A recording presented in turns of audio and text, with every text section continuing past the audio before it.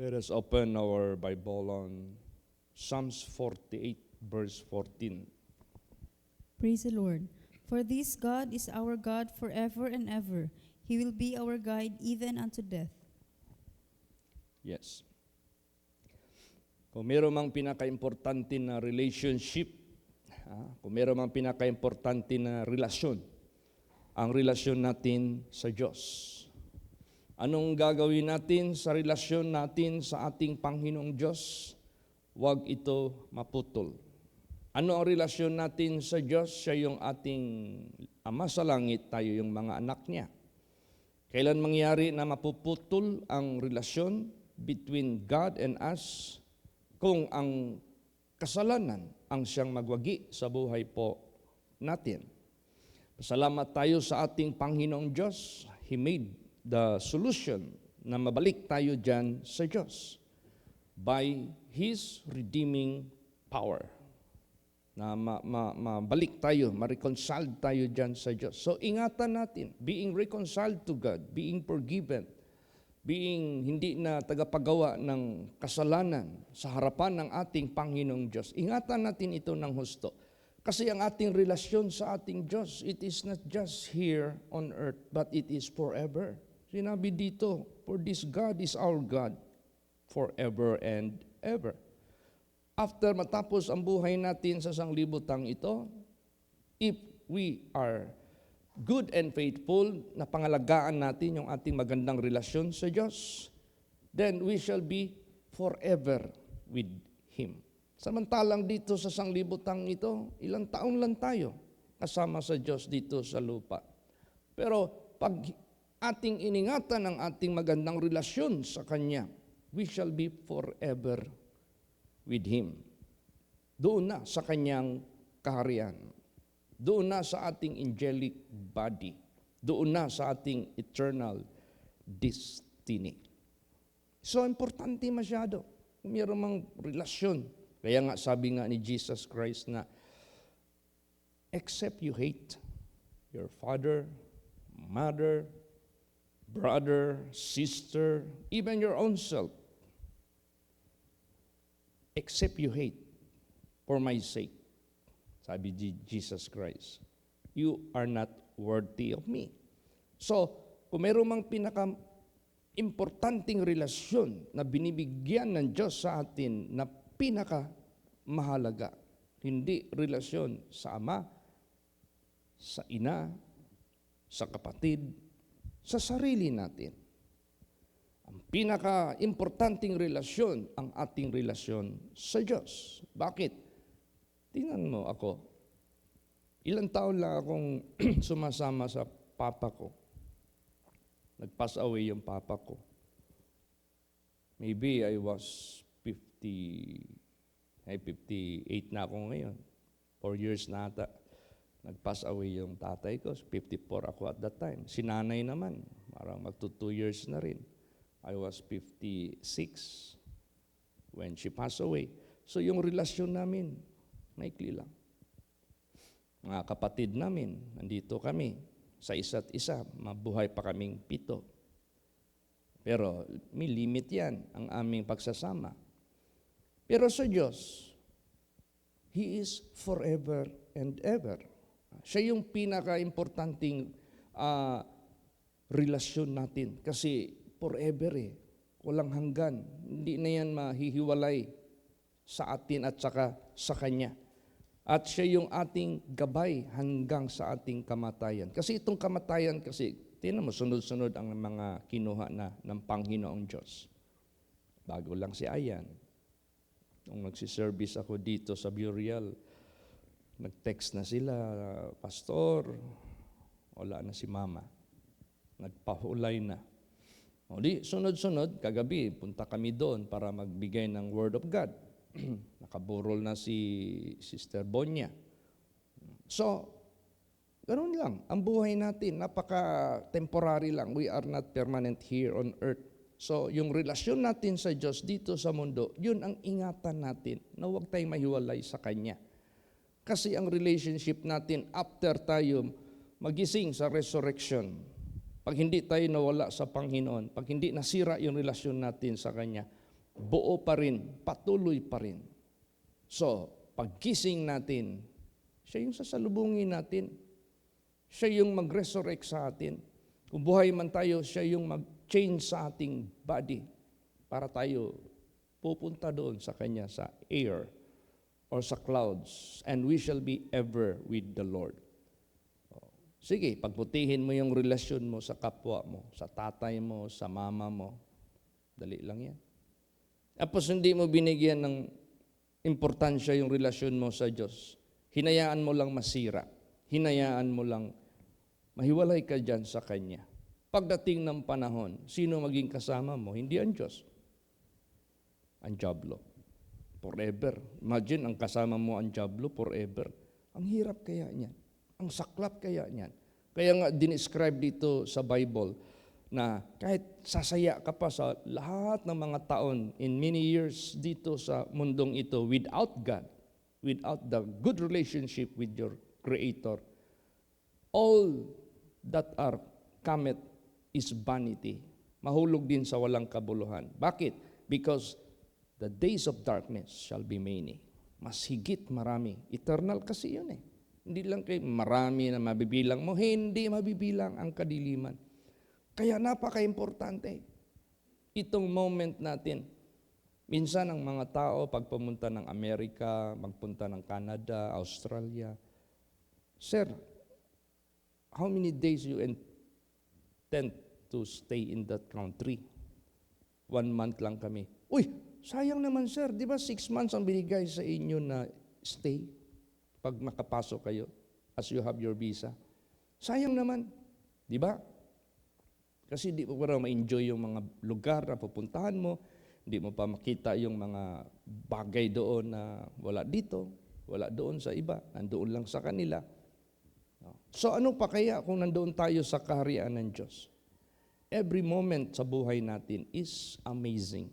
Every moment sa buhay natin is marvelous. Every moment sa buhay natin is beautiful.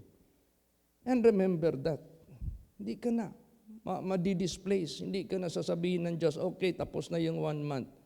You might be going back to the earth where you came from. Hindi ganun. We shall be with Him forever and ever. Praise the Lord. Kaya itong ating buhay sa paglilingkod natin sa ating Panginoong Diyos, kung atin lang tutuusin, pag nandito tayo sa Panginoong Diyos, gagabayan niya tayo hanggang sa ating kamatayan. Bakit? Para hindi na maputol yung pagsama ng Diyos sa buhay natin. When in fact, mamatay man tayo sa physical balang araw, pero in the sight of God, there is no death in us. Walang kamatayan. Bakit? Kung basahin mo yung Bible, nung namatay si David sa physical, the Bible says, and David slept with his fathers. Tulog lang. Kung basahin mo yung 1 Corinthians about the resurrection, and they that slept in Christ shall be resurrected unto life everlasting. Tulog lang yan. Ang totoong kamatayan na kinonsider ng Diyos, the second death. Because that is eternal. That is forever. Samantalang kamatayan sa physical, temporary lang yan. Mamare-resurrect ka rin. You will not stay forever there. Minsan, may mga balita dyan na yung missing na person who went up into the Mount Everest, nakita na after 28 years of finding. Ngayon pa lang nakita. Suot pa niya yung ID sa kanyang skeleton. Suot pa niya yung kanyang boots. Andoon, yung jacket niya nandyan pa, intact pa, pero yung katawan, wala na. Samantalang ang second death, it is not only 28 years, but it is endless. So that is considerable as real death. Samantalang ang physical body, pag namatay, that is sleeping in the eyes of God. Because they shall be awakened. They shall be resurrected. Kaya gusto ng ating Panginoon Diyos, ipaintindi sa atin, pag hindi ka na mahiwalay sa Diyos, wala ka ng kamatayan. Kung meron mang kamatayan sa physical, that is gain. Kung meron mang kamatayan sa physical, that is victory. Meron mang kamatayan sa physical, that is crown of life. Basahin natin. Proverbs 12:28. Praise the Lord. In the way of righteousness is life, and in the pathway thereof there is no death. Yes. Saan ba yung way of righteousness? Sa Diyos. Because God is righteous. Sino ba naghatid sa atin ng righteousness? Si Lord Jesus Christ. So kung lumalakad tayo, sumusunod tayo kay Lord Jesus Christ, that is life. And the pathway thereof, there is no death. Walang kamatayan dyan in the eyes of God. There is no such termination. There is no such, we may call it, yung wala ka na forever, putol ka na. Hindi po. You're just sleeping. You're just waiting. Kailan ka gisingin ng ating Panginoong Diyos. Ang pinaka-importante dyan, doon ka sa kaharian ng Diyos. Walang kamatayan na doon. Ang wag nating kalimutan na hindi tayo dapat maimpyerno kasi nandoon yung kamatayan na totoo na naghihintay. So, in the way of righteousness is life, and in the pathway thereof there is no death.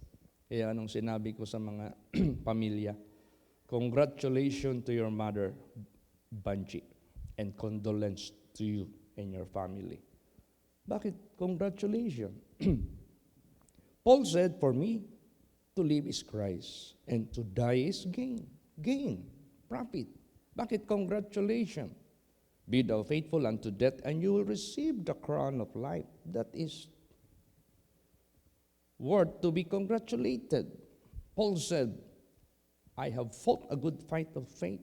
I have finished my course, and there is a crown laid for me. O, di ba? Pag kinukoronahan yung tao dito sa mundong ito, what the people will say? Congratulations. Pero sa family, dahil nawalan sila ng ina, nawalan sila ng asawa, condolence.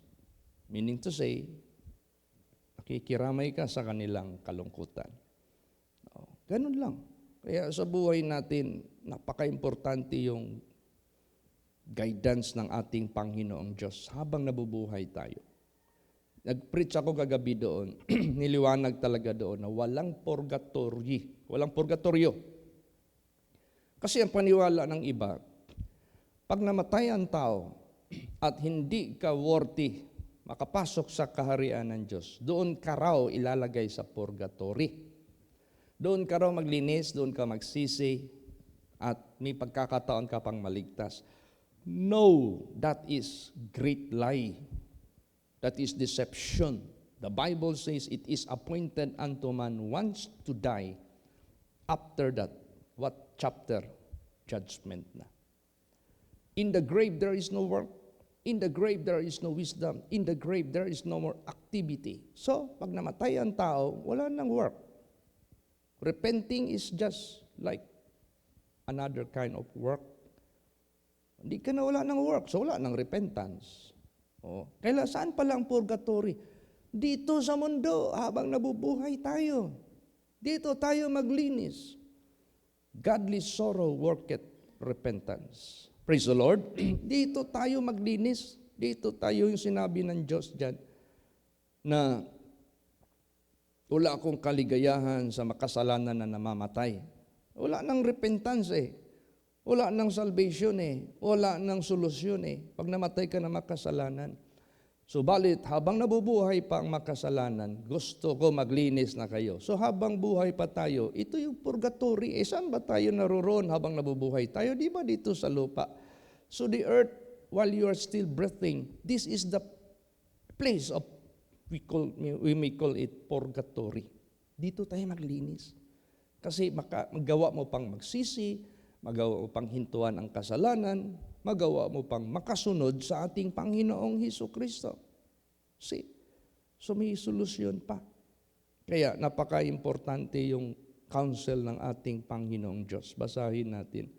Psalm 73:24. Praise the Lord.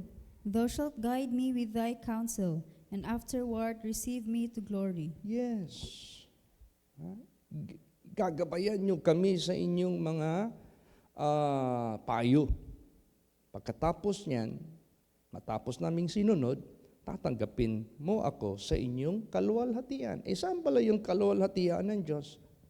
Sa kaharian ng Diyos. Kailan tayo makakarating dyan? Matapos tayo dito sa mundo. Tatanggapin tayo sa kanyang kaluwalhatian, pero we need the, we need the counsel of the Lord. Praise the Lord. yung advice ng Diyos, yung kanyang gabay, importante sa atin yan hanggang sa kamatayan. Napaka-importante niyan. Kaya kung wala yan, anong mangyari? Basa. Proverbs 11:14. Praise the Lord. Where no counsel is, the people fall, but in the multitude of counselors, there is safety. Yes. Kung walang counsel ang tao mahulog, saan mahulog? Sa impyerno. Habang buhay ka pa sa sanglibutang ito, saan ka mahulog? Sa kamay ng dyablo. Habang buhay ka pa sa sanglibutang ito, kung walang counsel ang Diyos, walang salita ang Diyos. Kaya isa ang pangalan ni Jesus, Counselor. Siya yung tagapagbigay payo. Kung wala yan, you will fall into sin. You will fall into hell. Pahamak. But in the multitude of counselors, there is safety. Why is it plural? Because these are the people who obeyed God. Who obeyed God. Sa counsel ng Diyos through His prophets. Sa counsel ng Diyos through His audible voice. Sumunod sila.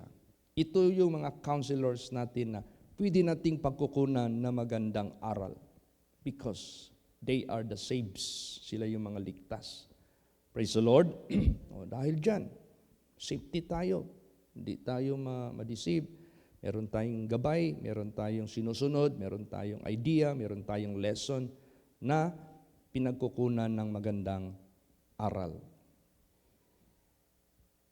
Ang hinahanap ng Diyos sa sanglibutang ito, para mabigyan niya ng payo at malutas pa yung kanyang buhay na makasalanan at mailipat doon sa katuwiran.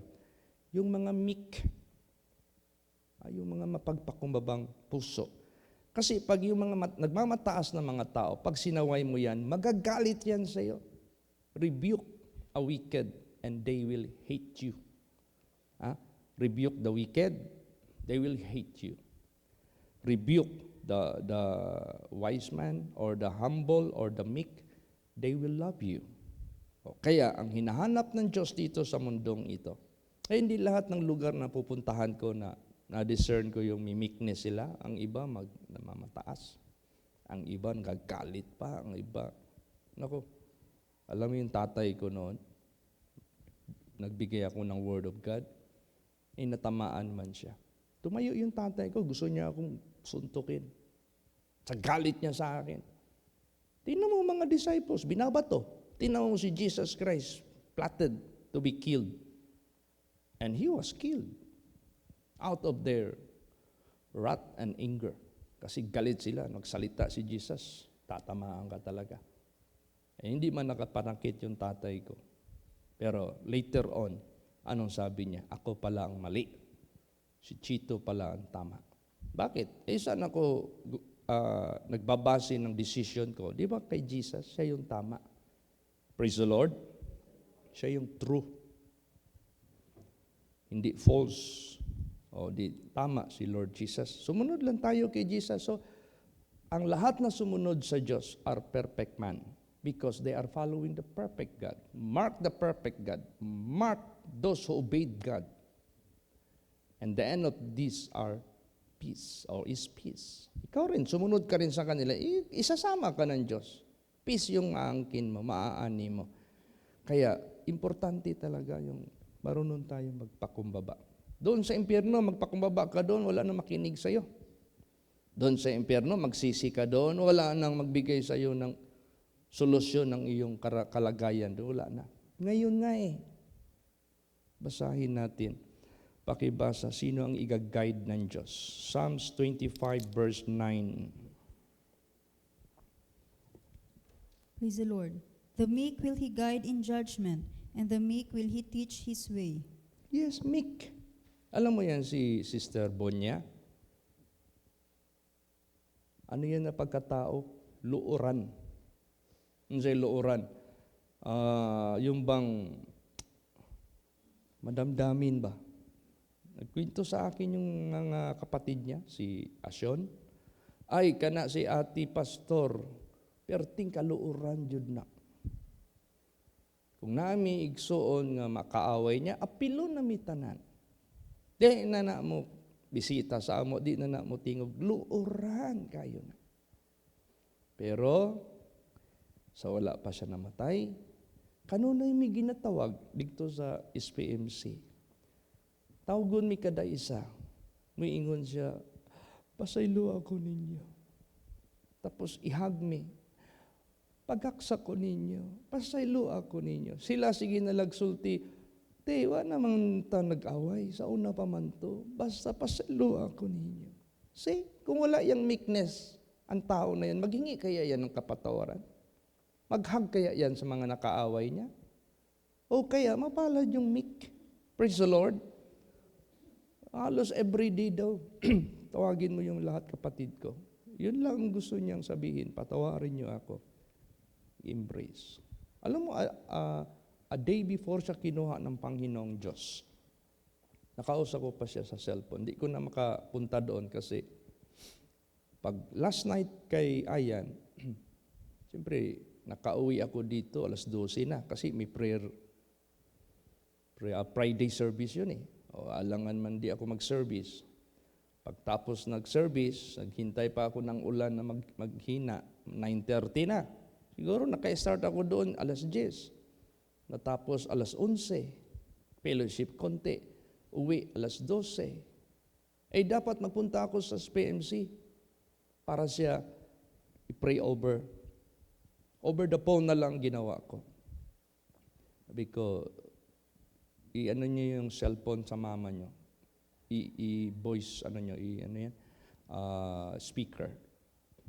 Alam mo, sabi ko, praise the Lord, Sister Bonya, kumusta?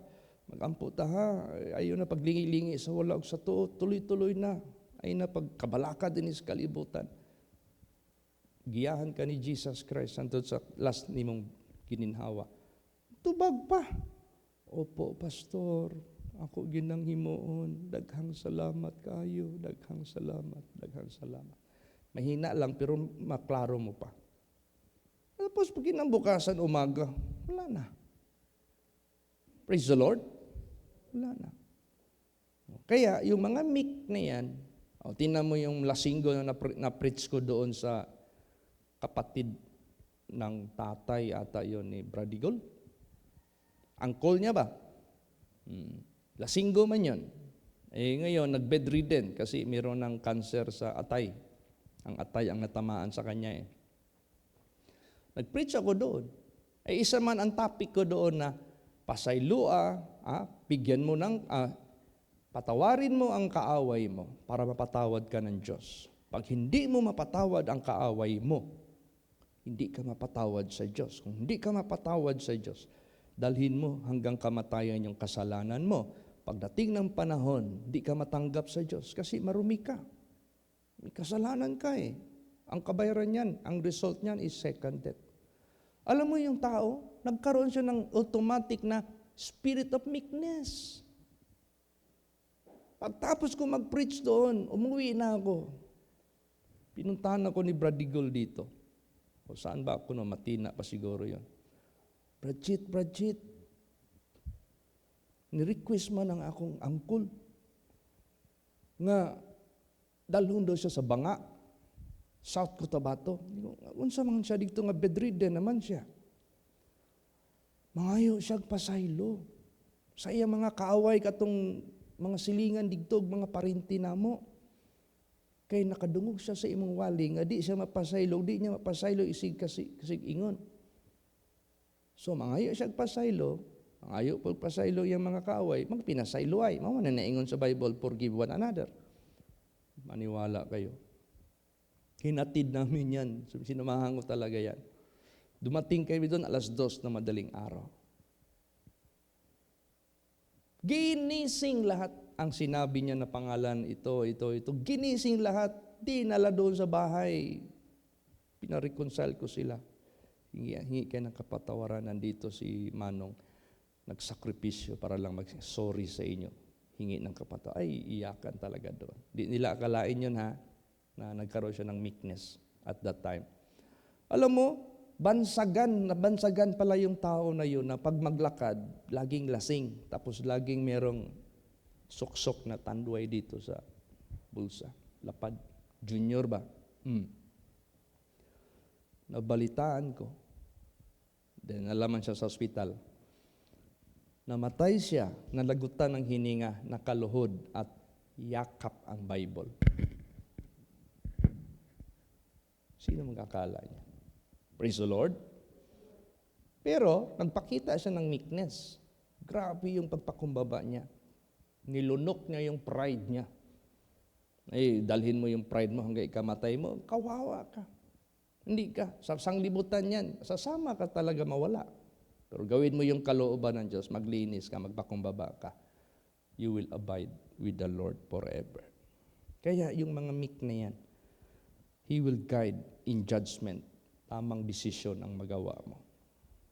The meek will He teach His way. Tuturuan ka talaga ng tamang daan. Basa pa.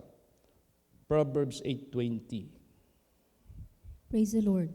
I lead in the way of righteousness, in the midst of the paths of judgment. Yes. Alam mo ang sanglibutang ito? Ang paths dito, di ba plural?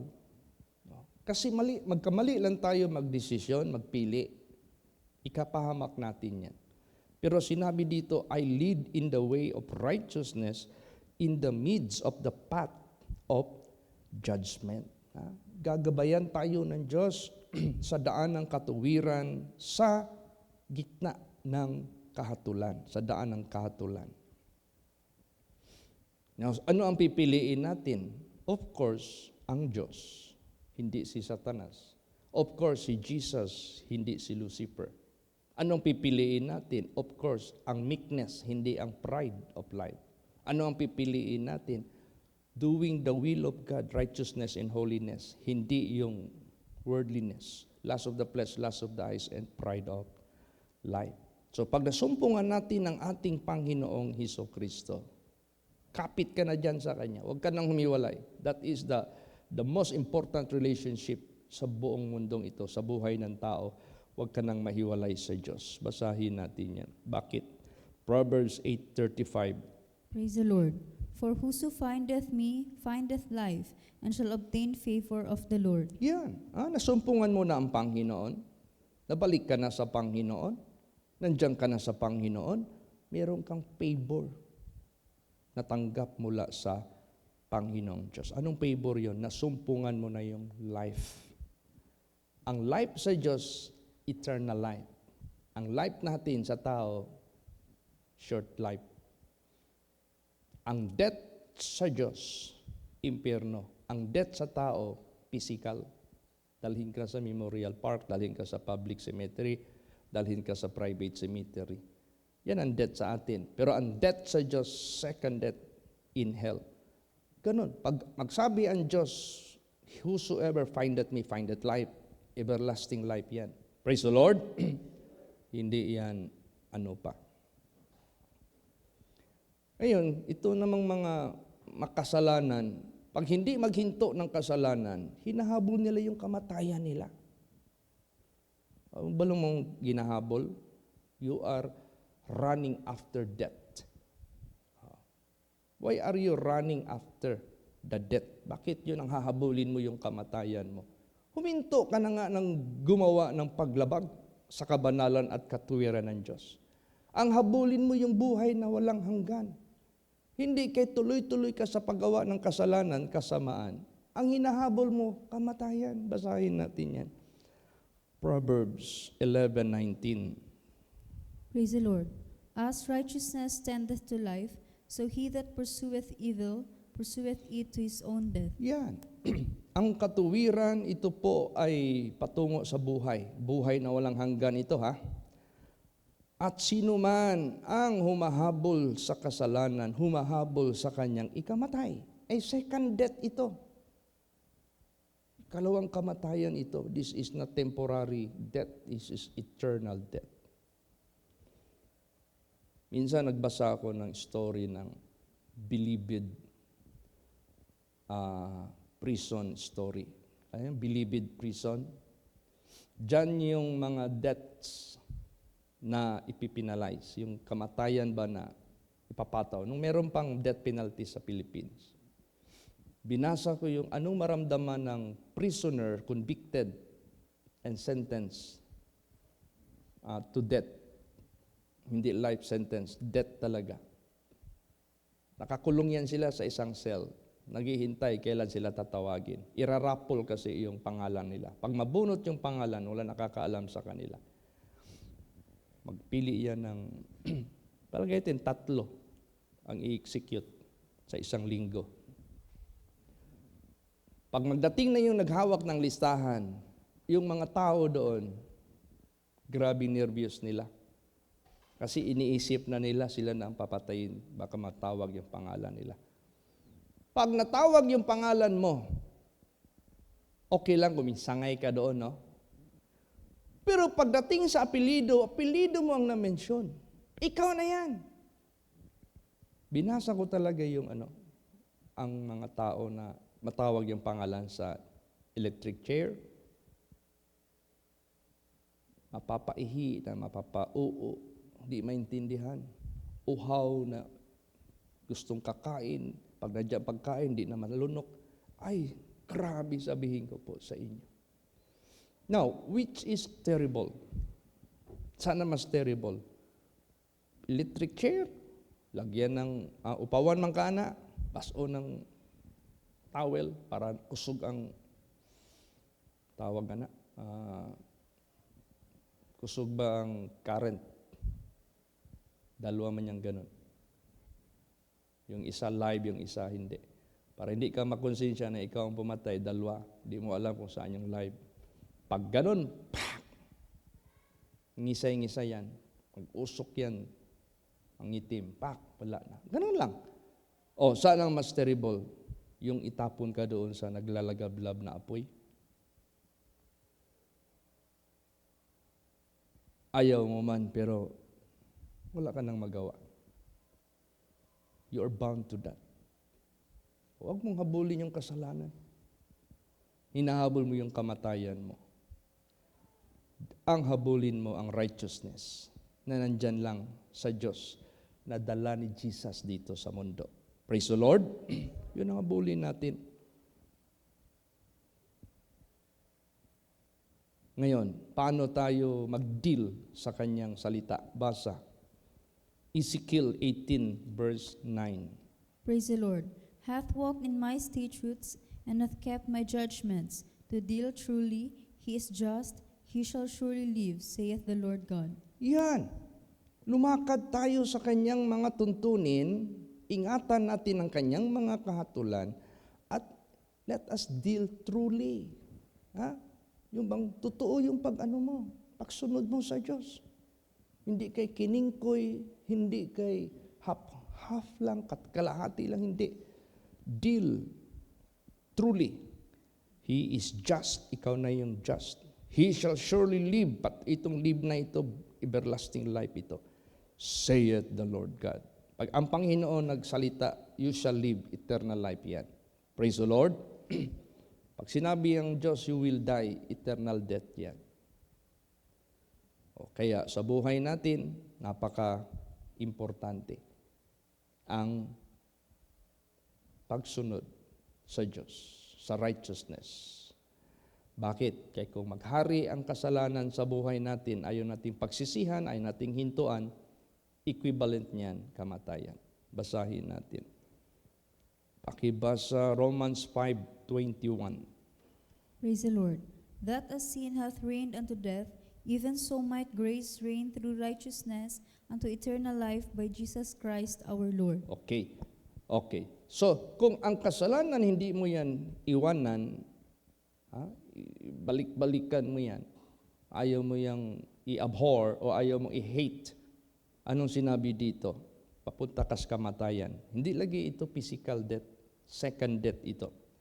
Ganon din ang biyaya ng Diyos pag nakahari sa buhay mo, yung grasya ng Diyos, true righteousness.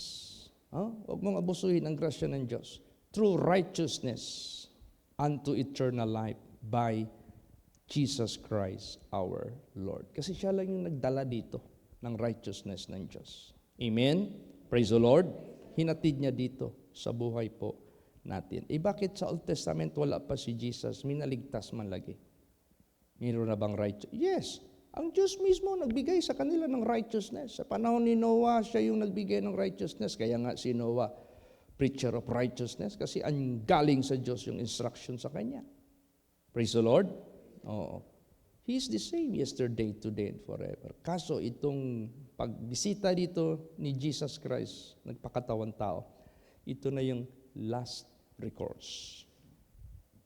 Last recourse. Ito na ang pinaka-last recourse. Kumbaga pa, wala nang kasunod dito. Pag ayaw nyo pang magtino, ayaw nyo pang magbago, ayaw nyo pang umibig sa Diyos, ginawa ko na ang last recourse.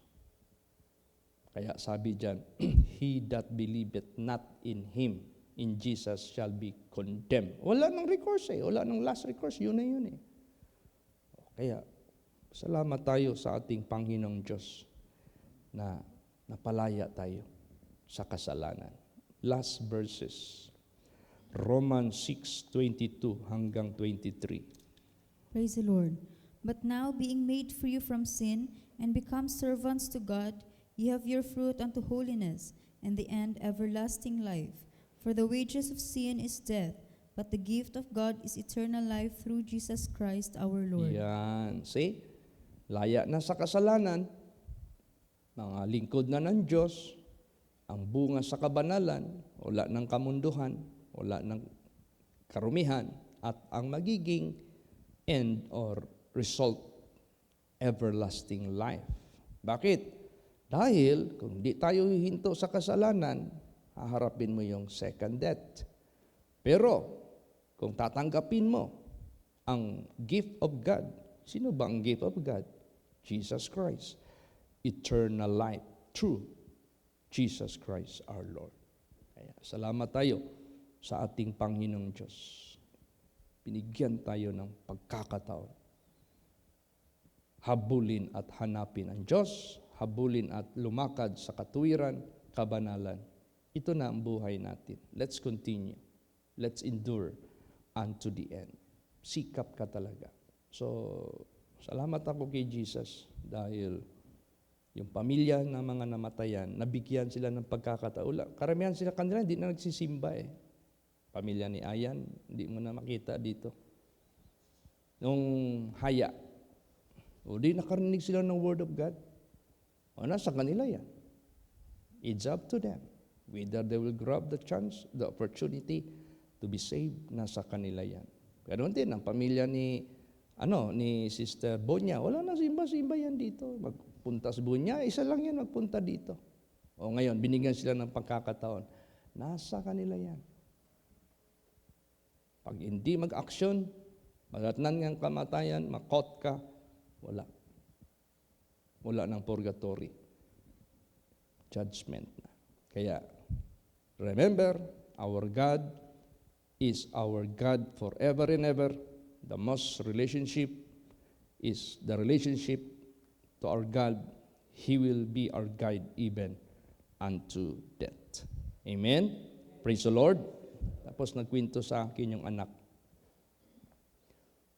Nung bago namatay si Sister Banji, mga alas 9 ba yun sa umaga, pagod na si JB, yung youngest son niya. Gusto na niya matulog. Kaso, sinabihan siya ng doktor, Dong, nanay sign, ngapit na magpahulay mong mama, ayaw na niyo tulogin na. Kung matulog ka man, pukawan ng uban, nagi magbantay. Siya, bata pa man kasi, siya na lang ang natulog yung papa, natulog yung kapatid, siya hindi natulog. alam mo naman, nasa physical pa tayo. Nakakuha man siya, yung bang fell asleep. Alas 6 na ng umaga. Ginising siya. Dong, matadong. Okay, di na magdugay dong. Pila na gud ka oras, tulo na lang. Kinausap niya yung mama niya, kahit nasa, kunti na lang ba? Ma, lakaw na ma. Ayaw na mapag problema sa mo, ama. Tulog ang luha. Mao yun na ingon nga, bisag na sa in the point of death ang tao, makadungog pa na sila. Praise the Lord. Muna ang mga doctors moingon ay mga first family. Bisag ana na inyong pasyente nga di na maglihok, di na magmata. Oras na lang ng kinabuhi, makadungog na. Istoryahin ninyo. Mo ingon sa ako ni JB, itulo ang luha ni Sister Bunya. Nakadungog man siya. Manang grabe ka merciful ang Diyos. Tapos yung last vision sa kanya, yun na. Tinanggap na siya ng Panginoong Diyos. To God be the glory. Ang first vision, lagi siyang nag-alala sa pamilya. Yung pangalan niya nakasulat sa Book of Life, pero may kulang pang spelling. Yung apelido niya kulang pa. Di pa kompleto. Sa sunod na vision, yun na. Tumuloy na siya. So, nakumpleto na yung pangalan niya. Kaya sa buhay natin, may sakit man tayo, walang sakit, in the point of death man tayo, malakas man tayo, huwag nating bitawan ang katuwiran ng Diyos. Praise the Lord. Magsitayo po ang lahat. Let us